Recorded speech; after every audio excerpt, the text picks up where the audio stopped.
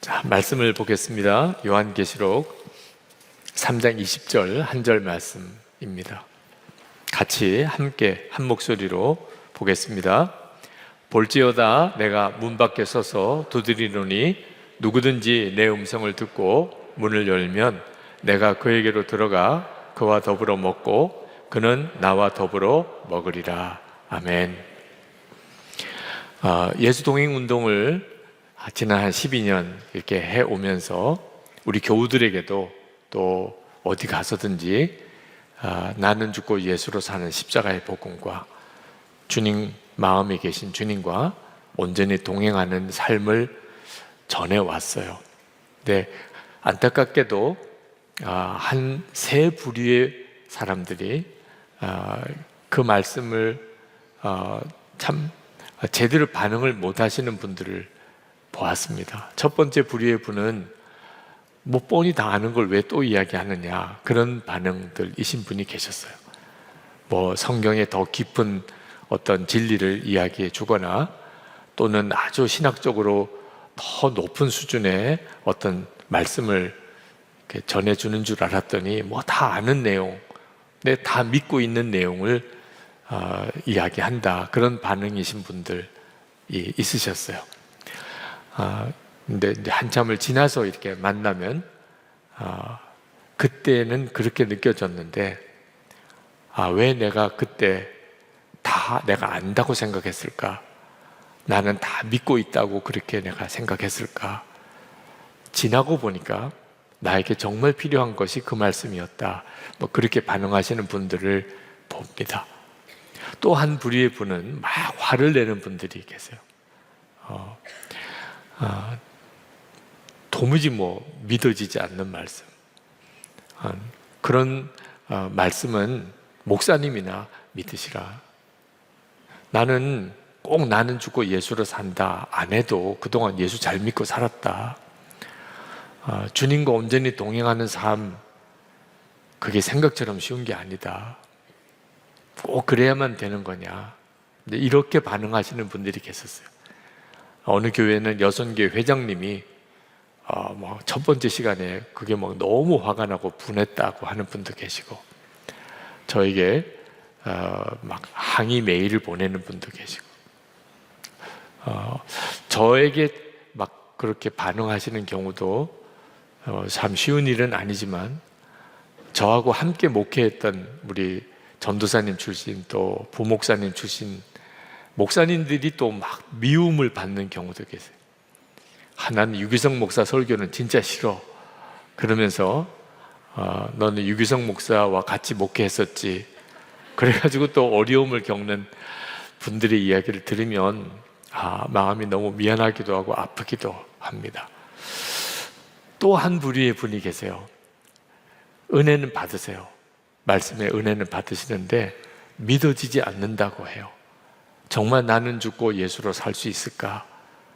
정말 예수님과 친밀히 동행할 수 있을까? 내게도 그런 일이 일어날까? 안 믿어집니다. 근데 이런 분들이 계세요. 이번 시리즈 설교는 8월 마지막 주까지 시리즈 설교는 그분들을 대상으로 하는 말씀입니다. 말씀에서 은혜는 받고 그렇게 살고 싶은데 솔직히 믿어지지도 않고 또 너무 잘 안 된다. 동일기를 써보기는 했는데 금방 그냥 포기해버리고 나는 일기를 써도 안 되나 봐요. 이러신 분들, 그분들을 위하여 드리는 말씀입니다. 여러분, 예수님과 정말 동행할 수 있을까? 나도 인격적으로 예수님을 알 수 있을까? 물론이죠. 너무나 여러분들에게는 분명한 증거가 있으세요. 그 점을 깨우쳐 드리는 일이 제 사명인 것 같습니다. 그 핵심이 마음입니다. 다른 데서 증거를 찾을 필요도 없어요. 오늘 저녁에 아주 특별한 무슨 성령의 체험이 필요한 것도 아닙니다. 여러분이 무슨 어디 기도원에 올라가서 몇 주나 또는 몇 달을 기도하고 금식해야만 해결될 문제도 아니에요. 이미 여러분의 마음에 부인할 수 없는 증거가 있어요. 예수님께서 여러분 안에 계시거든요. 그러니까 예수님과 친밀히 동행하는 것은 어려운 일도 아니고 특별한 사람에게만 허락된 일도 아닙니다. 내일이나 다음 주에 여러분에게 그런 은혜가 임할 것도 아니에요. 이미 여러분 안에 임했고 지금도 여러분이 누리고 있는 거, 여러분이 확인할 수도 있는 거예요. 그런데도 믿어지지 않는다. 그러니까 참 답답한 거죠. 실제로 예수님과 동행하는 삶을 살지 못하는 이들이 많은 것이 너무 안타까운 겁니다. 우리는 예수님을 그냥 막연히 믿고 그저 주일이면 교회 와서 예배드리고 교회 생활하라고 부름을 받은 게 아니에요. 우리는 예수님과 함께 날마다 함께 식사하는 관계, 그게 성도의 진정한 삶의 모습이에요. 예수님과 함께 매 끼니마다 주님과 함께 식사하는, 혼밥이라고도 표현하더라고요. 혼자 밥 먹는 그런 문화가 요즘에는 굉장히 확산되고 있다는데, 예수 믿는 성도는 혼밥이 없어요. 혼자 밥을 먹어도 주님과 함께 하니까. 다른 분들하고 같이 식구들이나 친구들이나 교우들하고 같이 식사할 때도 당연히 주님과 함께 식사하는 관계예요. 주님이 그와 더불어 먹고 그는 나와 더불어 먹으리라. 이게 성도에게 주신 약속이에요. 우리 마음에 오셨으니까 그 일이 이루어지는 거예요. 이건 엄청난 복입니다. 하나님, 무슨 돈 문제가 해결되게 해주세요. 우리 자녀가 잘 되게 해주세요. 건강이 회복되게 해주세요. 기도 제목이 참 많지만 주님이 나와 함께 계신 것에 눈이 뜨이고 나면 이제는 그런 문제들이 다 의미가 없어진다고 느껴져요. 왜냐하면 그 모든 것을 다 가지고 계신 그분이 함께 계시니까, 주님과 함께 동행하는 거 하나면 모든 문제의 답이 다 온 거죠. 그렇죠? 어린 아이에게 있어서 배가 고프든 몸이 아프든 혼자 있어서 무섭든 답은 엄마가 오는 거잖아요. 그죠? 엄마가 오면 어린애에게는 모든 게 답이 된 거잖아요. 우리에게 꼭 그와 같고, 그리고 하나님은 그 약속을 신실하게 지키셨어요. 여러분이 그토록 기도하는 제목은 아마 시간이 좀 걸려야 이루어질 수도 있습니다. 재정적인 문제, 건강 문제, 진로 문제, 가족의 구원 문제, 여러 가지가. 하나님께서 우리에게 어려움을 주실 때는 유익이 없는데도 주시는 경우가 없어요. 제이미 테일러 선교사님이 대화를 나누는 중에 하나님의 부흥에는 3가지 요소가 반드시 있더라는 거예요. 하나는 말씀이고, 하나는 기도고, 또 하나가 고난이더라는 거예요. 중국 교회를 섬겨보니까 하나님의 부흥과 은혜의 역사에는 이 3 요소가 반드시 필요하더라고요. 그 말씀을 같이 나누면서 참 맞다고 싶었어요. 우리는 고난이 싫지만 고난이 없이는 은혜의 눈이 열리고 사람이 변화되고 부흥이 오는 경우가 없어요. 그래서 하나님이 잔인하셔서 우리를 힘들게 내버려 두시는 게 아닙니다. 유익이 없다면 더 이상 우리에게 고난을 주시지 않을 거예요.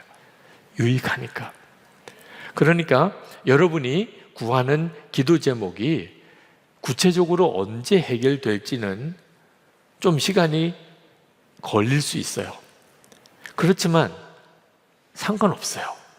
조금 더 지나서 응답이 되어도, 해결이 되어도 이제는 상관이 없어요. 왜? 예수 그리스도께서 나와 함께 계심에 눈이 뜨였기 때문에 이제는 주님과 함께 그 힘든 길 가는 거예요. 주님과 함께 그 고난의 길도 가는 거예요. 주님과 함께 아주 사망의 음침한 골짜기도 지나가는 거예요. 혼자 가니까 힘들었는데 주님과 함께 가니까 갑자기 모든 상황이 달라졌어요. 그게 예수님께서 내 마음에 오신 것을 아는 눈이 뜨이는 것의 축복입니다. 근데 이 눈이 안 열리니까, 그러니까 답답한 거예요. 이 라오디게아 교회, 초대교회 라오디게아 교회는 굉장히 부유한 교회, 부자 교회, 재정도 넉넉하고 또 교인들도 다 부자고, 그렇게 되고 싶으시죠? 네. 선한 목자 교회가 라오디게아 교회 같이 부자 교회가 되고 교인들은 다 부유하게 그렇게 될지어다 이렇게 축복하면 좋으시겠죠. 참 안타까운 것은 라오디게아 교회가 그렇게 은혜로운 교회가 아니었다는 것. 부자 교회이긴 했는데, 그러니까 꼭 하나님의 어떤 은혜와 하나님의 역사를 부유함의 기준으로만 보아서는 안 됩니다. 재정이 얼마나 많으냐, 부자가 얼마나 많으냐, 돈이 얼마나 이런 기준으로만 하나님께서 역사하시냐 아니냐, 하나님의 사랑하시냐 아니냐 이렇게 보아서는 안 된다는 거예요. 라오디게아 교회는 주님이 보기에는 굉장히 문제가 많은 교회였어요. 요한계시록 3장 17절에 내가 말하기를 나는 부자라 부유하여 부족한 것이 없다 하나 내 공고한 것과 가련한 것과 가난한 것과 눈먼 것과 벌거벗은 것을 알지 못하는도다. 그러니까 하나님이 보시기에는 라오디게아 교회는 진짜 비참한 교회였어요. 지금도 마찬가지로 우리 눈에 보이는 것과 하나님이 보는 것이 똑같지 않습니다. 그 점을 정확히 보지 못하면 큰일 나요. 근데 라오디게아 교회가 왜 이렇게 비참한 교회가 된 거죠? 예수님이 라오디게아 교회 안에 들어오지 못하시고 라오디게아 바깥에서 두드리기만 문을 좀 열어다오, 문을 좀.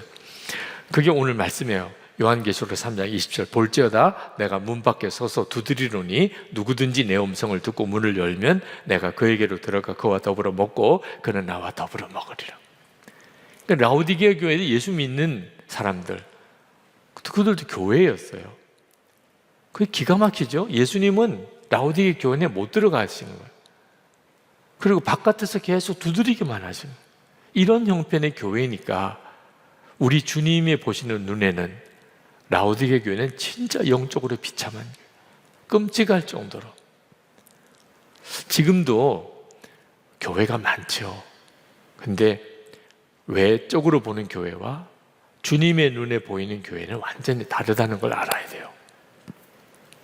그 구분이 어디서 오냐면 마음이 활짝 열려서 주님이 그 사람 속에, 그 교회 속에 들어가 계시냐, 그게 기준이에요. 여러분이 신앙생활을 하면서 예수님이 여러분 안에 들어와 계시다면 모든 것에 답은 다 온 거예요. 정말 기뻐하고 감사하고 사랑만 하며 살면 되는 거예요. 근데 그 점이 문제인 거예요.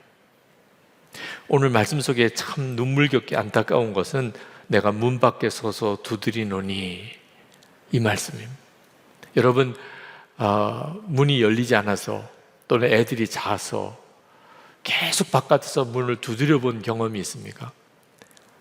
누가 여러분을 의도적으로 내보내고 문을 걸어 잠궜고 여러분이 계속 문 열어달라고 거기서 이렇게 막 안타깝게 문이 열리기를 두드려 본 적이 있나요? 그 심정을 여러분이 좀 느껴보셔야 돼요. 예수님의 심정이니까. 지금 우리 가운데 계시는 주님의 마음이 그런 마음이시라는, 들어가고 싶은데 그런데 열어주질 않는 거예요. 문을 안 여는 겁니다. 여러분 생각에는 내가 왜 문을 안 열었지? 나 얼마든지 문을 열고 있는데 제발 좀 나는 주님 만나고 싶고 주님 내 안에 우리 가정에 오시면 좋겠고, 그런데 왜 문을 안 연다고 그러지? 그 주님의 생각과 우리 생각이 많이 다른 겁니다. 여러분 지금까지 기도 중에 주님 우리 집에 좀 오세요. 우리 집에 좀 오세요. 제발 우리 가정에 주님 오셔서 우리 가정에 있는 풍파들, 시험들 다 좀 해결해 주세요. 그 기도가 얼마나 간절한 기도예요. 그런데 그렇게 기도하니까 주님이 가정에 못 가시는 거예요. 그게 무슨 뜻이죠? 자꾸 우리 집에 와달라니까. 우리 집에 와달라니까. 그럼 어떻게 기도해야 되죠? 이제부터는 내가 주님의 집에 가는 겁니다. 여러분 오늘 저녁에 집회 끝나고 나면 집에 가시죠? 근데 우리 집에 간다고 생각하지 않고 주님의 집에 가는 거예요. 그러면 집에 들어갈 때 일단은 초인종을 눌러야 되잖아요. 들어가도 되나요? 주님, 들어가도 되나요? 왜? 이제부터는 예수님이 주인이시니까. 여러분의 집의 주인이 예수님이라고 선포하고 나면 이제는 주님 허락을 받아야 되잖아요. 내 집이라고 생각하니까 그냥 벌컥 들어가는 거지. 이젠 주님의 집이에요.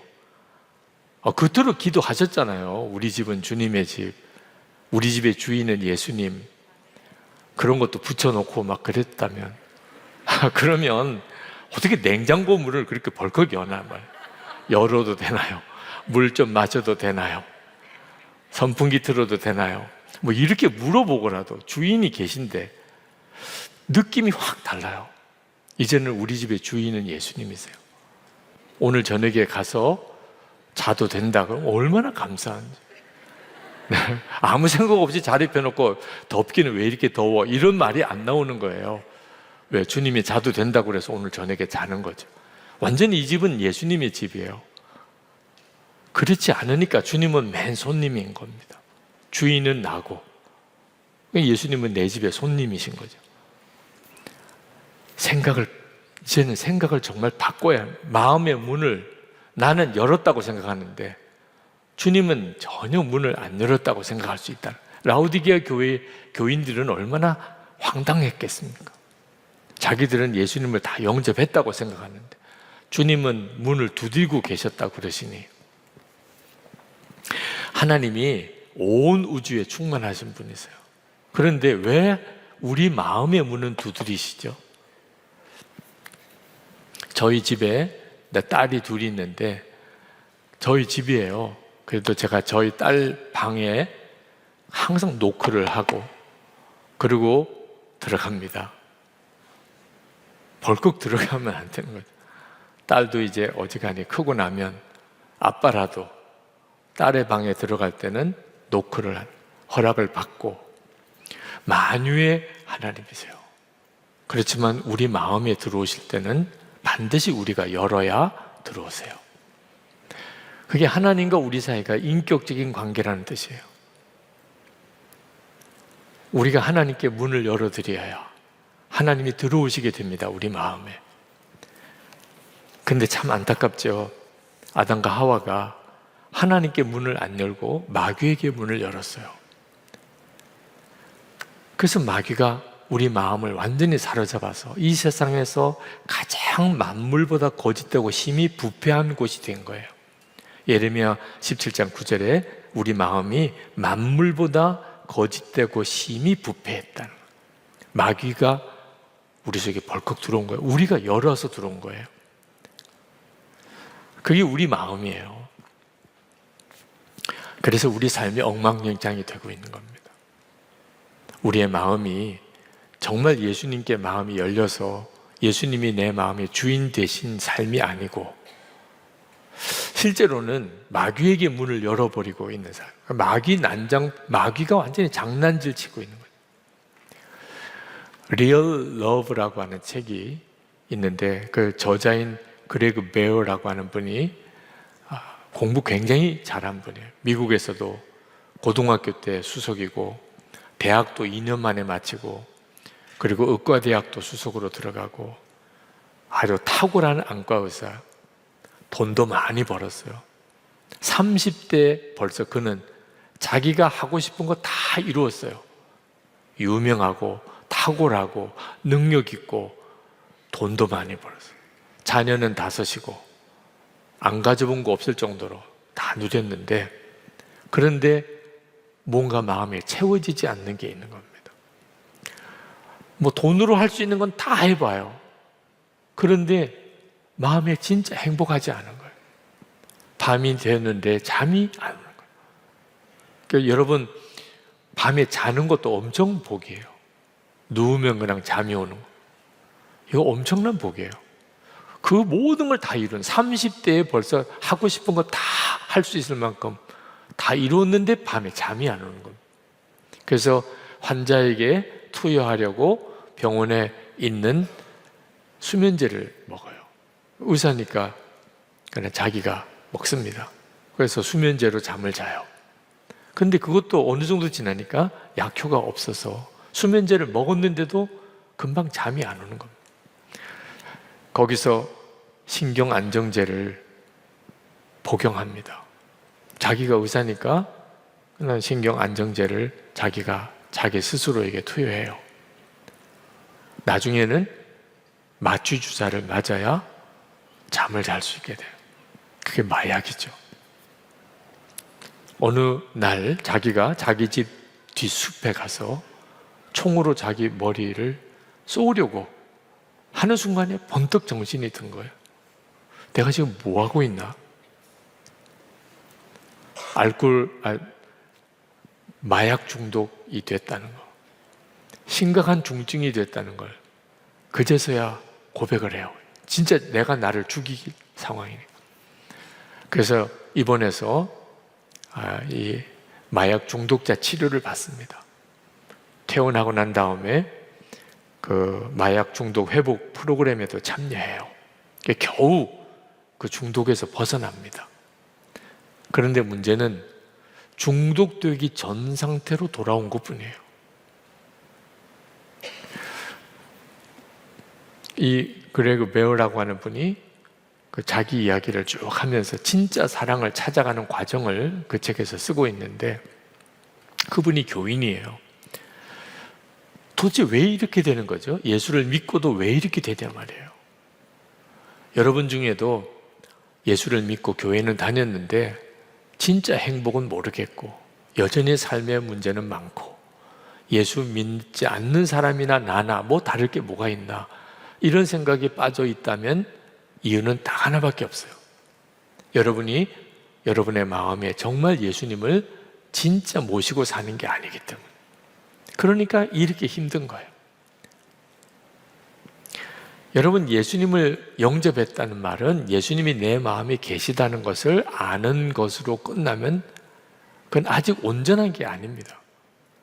예수님 내 마음에 계셔. 나도 믿어요.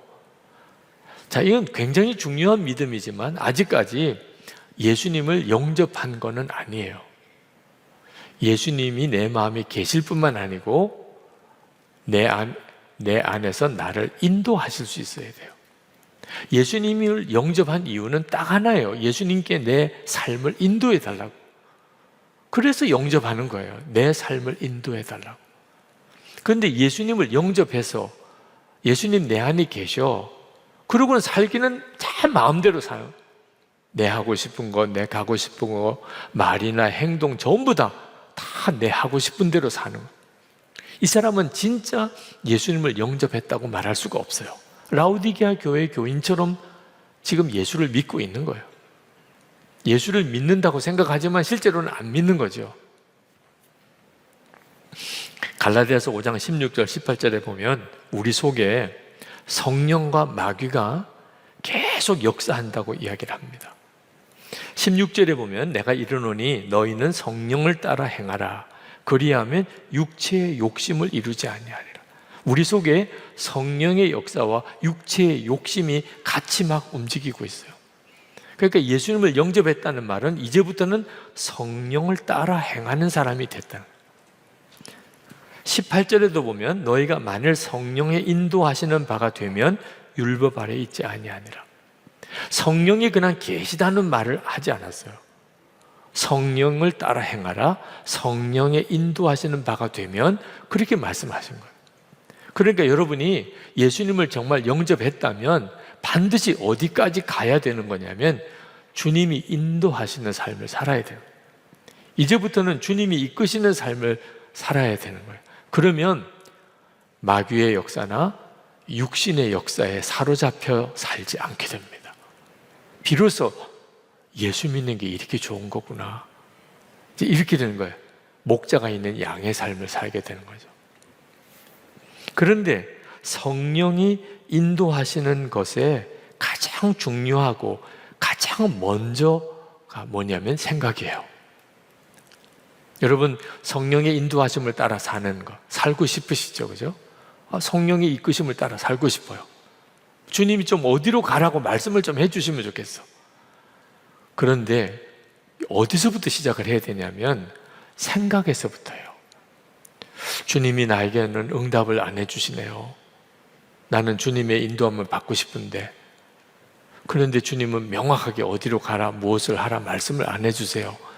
그러는 경우가 없어요. 주님은 이미 여러분 속에 여러분을 인도하고 싶어 하세요. 근데 어디서부터는? 생각에서부터요. 생각에서부터 인도를 받지 못하면 그 다음 단계로 나갈 수가 없어요.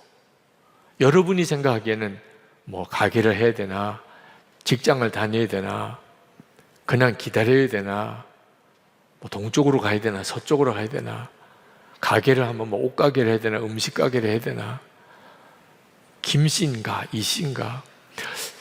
우리는 항상 그렇게 인도함 받기를 원해요. 근데 그거 안 된다고 많은 분들이 고민해요. 명확하지가 않다는 거예요. 하나님이 뭘 도대체 하라는지 잘 모르겠다고. 그런데 이제부터 잘 한번 들어보세요. 여러분 속에 주님은 인도하기를 시작하시는데 무엇부터 인도하시냐고? 생각부터 인도하세요. 거기서부터 인도를 받아야, 그래야 주님이 이끄심이 점점 더 명확해집니다. 사실 옷가게나 음식가게는 별로 중요하지가 않아요. 그래서 명확하게 말씀 안 하시는지도 몰라요. 주님이 정말 원하시는 것은 여러분의 마음의 생각이 주님이 이끄실 수 없다는 거예요. 여러분, 아주 난치병에 걸렸는데 도무지 고칠 수가 없어요. 그런데 세계에서 이 병을 고칠 수 있는 딱 한 사람의 의사가 있다는 거예요. 그걸 알았어요. 그리고 어렵게 연락도 되고 오라는 거예요. 자, 그 의사를 만나면 내 병은 이제 고침을 받게 돼요. 얼마나 좋아요, 그죠? 정말 기쁘죠? 이제는 고쳐지는구나. 자, 여러분, 그런 의사가 있다는 것을 알고 그런 의사를 만난 것이 너무 기쁘지만 그렇다고 병이 고쳐진 건 아니에요. 이제 어떻게 해야 되죠?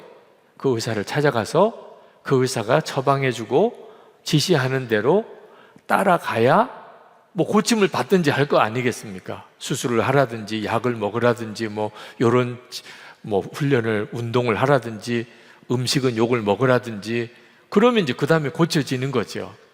우리가 예수님을 영접한 게 그와 똑같은 거예요. 내 삶을 완전히 해결해 주실 분이 예수님이신데 죄만 사하신 게 아니고 삶 전체가 정말 주님의 열매가 맺어지는 삶을 살게 해주실 분, 예수님이 그분이시다. 얼마나 감사해요. 주님은 내 인생을 바꾸실 수 있어요. 아멘입니까? 그런 주님을 우리는 알게 됐고 그 주님이 우리 마음에 오셨어요. 와, 이젠 뭐 걱정 끝났죠, 뭐. 네.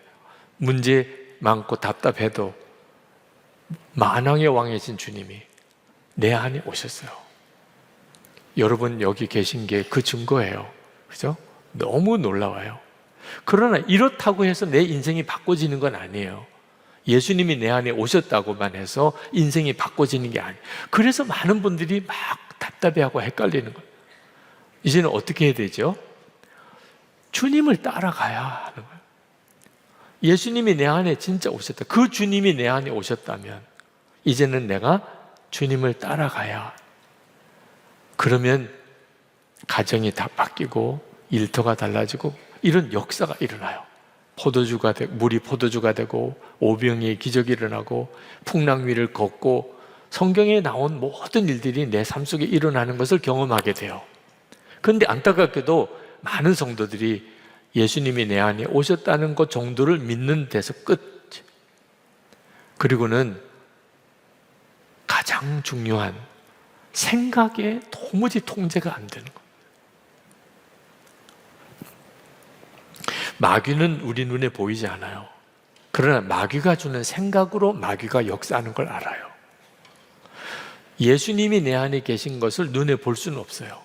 근데 예수님이 주시는 생각으로 주님이 내 속에서 역사하시는구나 알아요.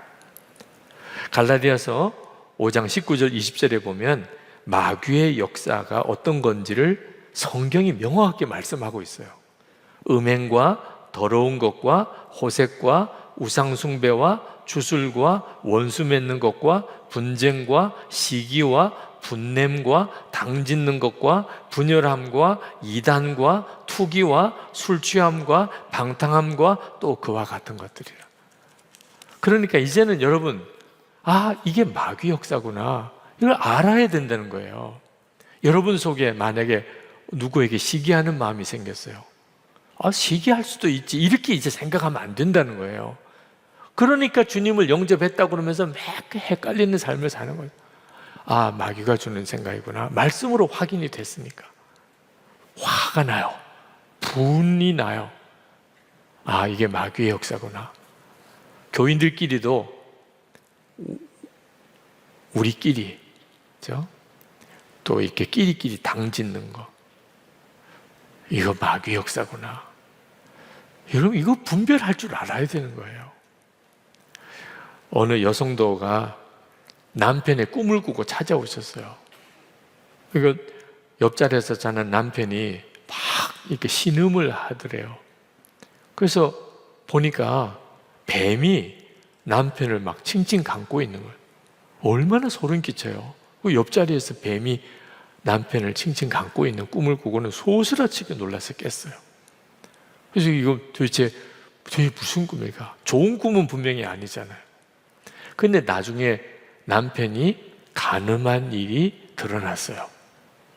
그러니까 음란에 사로잡혀 있는, 그 음란에 사로잡혀 있는 그것을 그 영적인 어떤 형상으로 아내가 그걸 본 거예요. 그 남편 되는 분을 만나서 이제 상담을 했는데, 그분도 뭐 교회를 나오고 계신 분인데 본인이 그렇게 이야기하더라고요. 제가 잘못했습니다. 제가 잘했다는 말은 아닙니다. 그러나 살다 보면 그럴 수도 있잖아요. 와, 이거 진짜 정말 분별이 안 되는 거예요, 본인이. 그러니까 영적인 눈이 뜨여서 보고 나면 기절할 정도예요. 자기가 지금 이게 뱀에게 칭칭 감겨 있다면 살려달라고 안 할 사람이 누가 있어요. 근데 영적으로 지금 그런 상태인데 사람이 살다 보면 그럴 수도 있지, 뭐 한 번의 실수, 뭐 이런 식으로 표현을 하는 거예요. 이제는 여러분의 일어나는 생각 자체가 영적인 뿌리가 있다는 걸 알아야 돼요. 그러니까 마귀가 주는 생각을 단호하게 거절해야 하는 겁니다. 분별을 정확하게 해야 하는 거예요.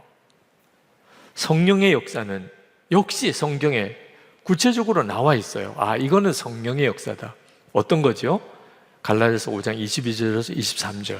사랑과 희락과 화평과 오래 참음과 자비와 양성과 충성과 온유와 절제라. 요 9가지는 뭐 물어보나 마나 이게 성령의 역사구나. 자세하게 이제 갈라디아서를 강의해서 하나하나를 설명을 드리지 시간이 안 돼서 좀 아쉽지만 이미 여러분들이 여러 차례 성경 공부를 했던 내용이니까 그냥 핵심만 말씀을 드리는 거예요. 내 마음에 지금 일어나는 생각이 뿌리가 있어요. 마귀가 그 원인인 경우가 있고 주님이 그 생각의 원인인 경우가 있다는 거예요. 그럼 여러분이 예수님을 영접했다는 말은 무슨 뜻이에요? 그동안에는 마귀가 주는 생각을 모르고 그냥 품었어요. 사람은 그런 생각도 할 수 있는 거지 뭐. 아니라는 거예요, 이제는. 그건 완전히 마귀에게 사로잡혀 간다는 뜻이에요. 그러면 주님이 주시는 생각을 따라가야 한다. 그게 예수님을 영접했다는 뜻이에요. 이제부터 여러분이 예수님을 영접했다는 말은 무슨 일이 있어도 주님이 주시는 생각을 품고 산다. 그것부터 해보라는 거예요. 어떤 상황이든 무슨 일이 일어나든 주님이 주시는 생각을 품어요. 화가 엄청 났어요. 어떤 생각을 품을 거냐? 마귀가 주는 생각을 품을 수도 있고 주님이 주는 생각을 품을 수도 있어요. 막 유혹이 와요. 막 음란의 유혹이 와요. 그럴 때 어떤 생각을 품을 거냐는 거예요. 어떤 사람에 대해서 너무 잘못한 걸 봤어요. 그 사람을 막 미워하고 정죄하는 마음이 일어나요. 역시 어떤 생각을 품을 거냐. 여러분이 예수님을 진짜 영접했다면 반드시 주님은 그 상황에서 여러분이 어떻게 가야 될 것에 대해서 말씀하세요. 그때 주님의 생각을 품고 살면 그때부터 여러분의 삶은 주님이 여러분의 인생 전체를 바꾸시는 역사가 일어나게 돼요. 그러기 위해서 성경을 보는 거예요. 절대로 마음은 비워서 해결되는 게 아닙니다. 나쁜 생각, 악한 생각, 이걸 비우라. 많은 종교가 마음을 비우는 것에 대해서 말을 해요. 굉장히 위험한 거예요. 왜? 마음을 비우면 악한 게 더 들어와요. 예수님이 비유로 말씀하셨어요. 빈집의 비유에 7 귀신이 더 들어와요. 비워져 있으니까. 우리에게 필요한 건 채우는 거예요. 악한 생각을 버리고 주의 말씀으로 내 생각을 채우는 겁니다. 그러니까 더러운 생각 버려야지, 음란한 생각 버려야지, 미운 생각 버려야지, 화나는 생각 버려야지, 이러지 말고 말씀을 채우는 겁니다. 빛이 비치면 어둠은 사라져요.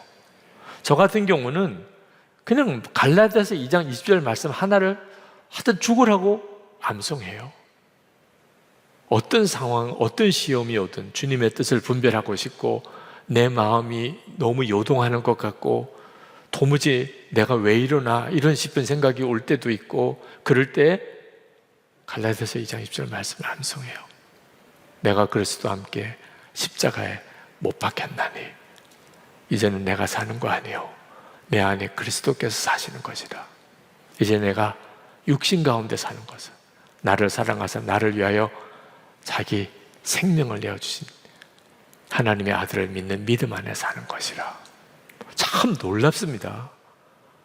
마음이 딱 붙들려. 내가 왜 조금 전까지 그렇게 흔들렸나 싶은 생각이 들 정도로. 여러분이 새벽마다 말씀 묵상을 목사님의 인도함을 받아서 새벽 기도에 나와서, 요즘에는 영상으로들도 어디서든지 참여할 수 있잖아요. 300일 성경 통독을 제 목소리가 또 듣기 싫어서 그러시면 다른 음성도 있어요. 네. 여러 목사님 음성도 다 나옵니다. 그러니까 듣고 싶으신 목사님 음성으로라도 들으시면. 하여튼 말씀이 지금 우리 가운데 역사하시는 주님이세요. 그리고 하나, 마음을 활짝 여는 겁니다. 우리가 예수 동일기 나눈 방을 하는 이유는 마음을 열기 위해서 그런 거예요. 여러분, 마음을 여는 일이 왜 중요하냐면 마귀가 자리를 못 잡는 거예요. 마귀가 원하는 것은 계속 마음을 닫고 지내라. 그래야 자기가 마음에 자리 잡아도 드러나지 않게 되는, 숨으려고 하는 거예요. 동일기를 쓸 때 이렇게 나눈 방에서 계속 나누는 일은 쉬운 일은 아니죠. 목사인 저도 쉬운 일은 아니에요.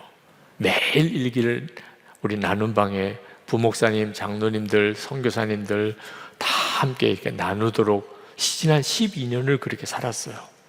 근데 그러면서도 나눈 방에 계속 일기를 계속 올리는 이유는 하나예요. 제가 육신의 유혹과 제 마음의 어떤 악한 충동에 얼마나 약한 존재인가를 아니까. 그러니까 매일 일기로 계속 그런 식으로 나누고 사니까 하나 감사한 것은 마귀가 더 이상 자리를 못 잡는 거예요. 역사는 해요. 지금도 역사를 해요. 그렇지만 자리를 못 잡는 거예요. 일기를 쓸 때 만약에 혼자서만 쓴다면, 안 쓰는 사람은 더 그렇겠지만 하여튼 뭐 혼자서 써요. 나는 누구에게 나누고 싶지 않아. 그러면 화가 나는 일이 있을 때 뭐라고 써요? 진짜 화난다. 오늘 정말 화난다. 솔직히 막 죽이고 싶다. 이렇게도 쓰죠. 뭐 혼자서 쓰는 거니까. 그죠? 혼자서 쓰는 일기가 그런 거예요. 근데 나눠야 돼요. 죽이고 싶다고 어떻게 써요? 그러니까 나눠야 되니까 쓰기는 써야 되는데, 그러니까 일기 쓰기 위해서 기도를 하게 되는 거예요.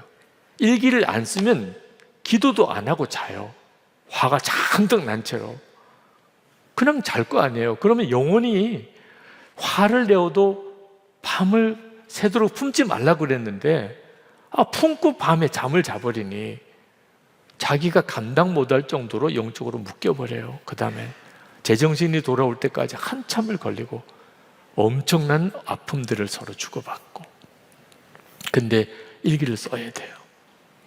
일기를 써야 되는 일이 그 나눠야 되는 것 때문에 정말 치열하게 싸우는 거예요. 용서가 되고 감사가 되고 고백이 되고 하나님 앞에 회개가 되고 그렇게 될 때까지 그게 얼마나 힘들겠어요. 그러나 그래서 마귀가 더 이상 내 주인 노릇을 못하는 거죠. 지난 12년을 살아보니까 그것만 가지고도 하나님의 역사가 일어납니다. 내 속에 마귀가 주인 노릇 못하고 어떻든지 주님이 이끄시는 대로 마음과 생각이 주님이 이끄시도록 하니까 주님이 품으라는 생각, 주님이 가지라는 마음, 그걸 계속 품고 살게 되니까, 그러니까 주님이 정말 원하는 삶을 살아가는 거예요. 여러분, 엄밀히 말해서 마음을 열고 내 속에 있는 것을 나누는 것은 이건 해도 되나 안 해도 되나 이거 아니에요.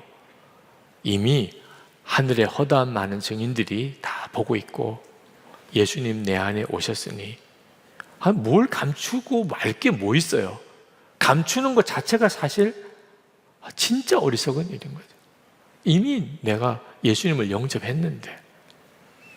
그리고 어떤 분이 그래요. 목사님, 정말 은밀한 죄 이런 것들은 일기에 쓸 수도 없는데 뭐 거짓말로 쓸 수도 없고 뭐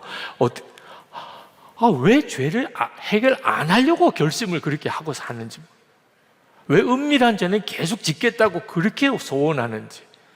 은밀한 죄를 지으면서 일기 쓰는 건 진짜 어려운 일이에요. 은밀한 죄를 짓지 않으면 되잖아. 아멘. 은밀한 죄를 안 지으면 되잖아. 왜 그 생각은 안 하는 거예요? 일기를 써야 되니까 이제는 정리할 걸 정리하자. 누구 미워한 거, 뭐 속상한 거, 그냥 헛된 상상하고 공상하는 거 다 남 모르게 은밀하게 즐기는 거, 누구한테 꺼내놓기 진짜 부끄러운 거 이제 다 정리하자. 그게 일기를 쓰는 이유라니까요. 그게 바로 예수님을 영접한 거예요. 예수님을 영접했으면 마땅히 그렇게 해야 되잖아요. 그리고 그 삶을 나누는 거예요. 그때부터 비로소 여러분의 삶 속에 예수님께서 여러분의 삶의 주인 되시고 여러분을 어디로 이끌어 가고 싶으시겠어요? 주님이 정말 말씀 그대로 기쁨과 감사가 넘치고 사랑이 넘치고 여러분이 복의 통로가 되고 여러분을 통하여 하나님의 구원의 역사들이 일어나는 삶으로 여러분을 이끌고 가시려고 하시는 거 아니겠어요? 그냥 와봤다 이렇게 오시려고 오신 거겠어요? 여러분의 인생을 바꾸시려고 오신 거죠. 오늘 마음을 활짝 열었어요 주님. 제발 이렇게 생각하지만 열었는데 안 오시는 게 아니라는 거예요. 주님이 내가 마음을 활짝 열라는 것은 생각부터 나한테 복종해라는 거다. 생각부터. 안 된다, 못하겠다 하지 말고 기뻐해라, 감사해라, 용서해라, 사랑해라. 아멘. 주님 그렇게 하겠습니다. 마귀가 주는 생각은 사탄아 물러가라. 그렇게 하셔야 돼요.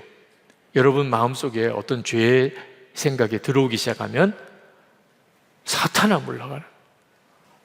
도무지 여러분이 해결하기 어려운 너무 정말 끈끈한 여러분의 어떤 고집스러운 생각이 있다면 주님 나는 죽었습니다. 유기성은 죽었습니다. 그래서 복음이 있는 거거든요. 그 다음에 하나님이 역사하실 걸 믿으세요. 우리 오늘 찬양하고 같이 기도하는 시간을 좀 갖겠습니다. 오늘 기도의 제목은 여러분 제가 마음을 정말 주님 활짝 엽니다. 이제는 아무 생각이나 받아들이지 않겠습니다. 이제는 생각부터 주님의 인도하심을 받겠습니다. 뭐라고 주님이 생각을 주시든 주십시오. 말씀을 주십시오. 제가 붙잡겠습니다. 우리 찬양하겠습니다.